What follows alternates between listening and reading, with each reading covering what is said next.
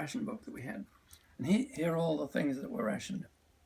Meat, eggs, fats, cheese, bacon, sugar, and that one's a spare one. So meats we were allowed, I don't know, 3 shillings a week or something. Eggs, we might have been allowed 3 eggs a week or something. Fats, we were allowed 4 ounces a week, or a month, I mean. This is all a month.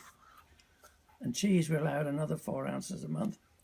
And bacon, probably something the same. And sugar, 4 ounces of sugar. And here's my medical card, which I got in 1943. And it says,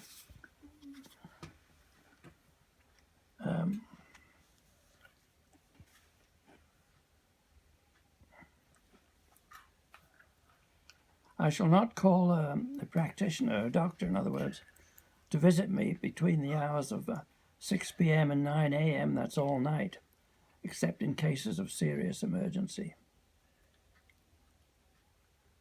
But they did come to your house. When Glennis's mother was sick, she made Glennis call the doctor 1 o'clock in the morning, and he came along. But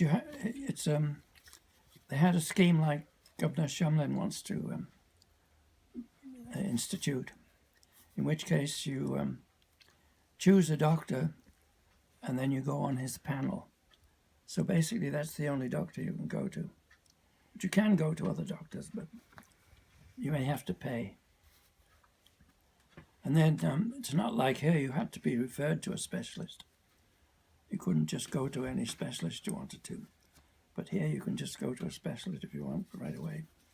Well, depending on if your insurance says you can. Well, in England, the healthcare is completely free.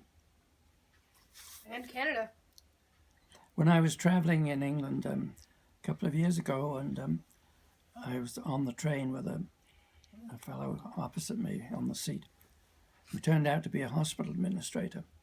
And I said, well, if I happen to take sick here, what would happen? He said, oh, they'd take you in. And what would it cost me? I think, no, it wouldn't cost you a penny. So, for instance, for women having a child, it's quite an expensive proposition here. They go there, it's absolutely free. And there was a time when Americans were going over to England to have their babies, but they had to put a stop to that. You've got to be there 6 months at least before you can benefit from the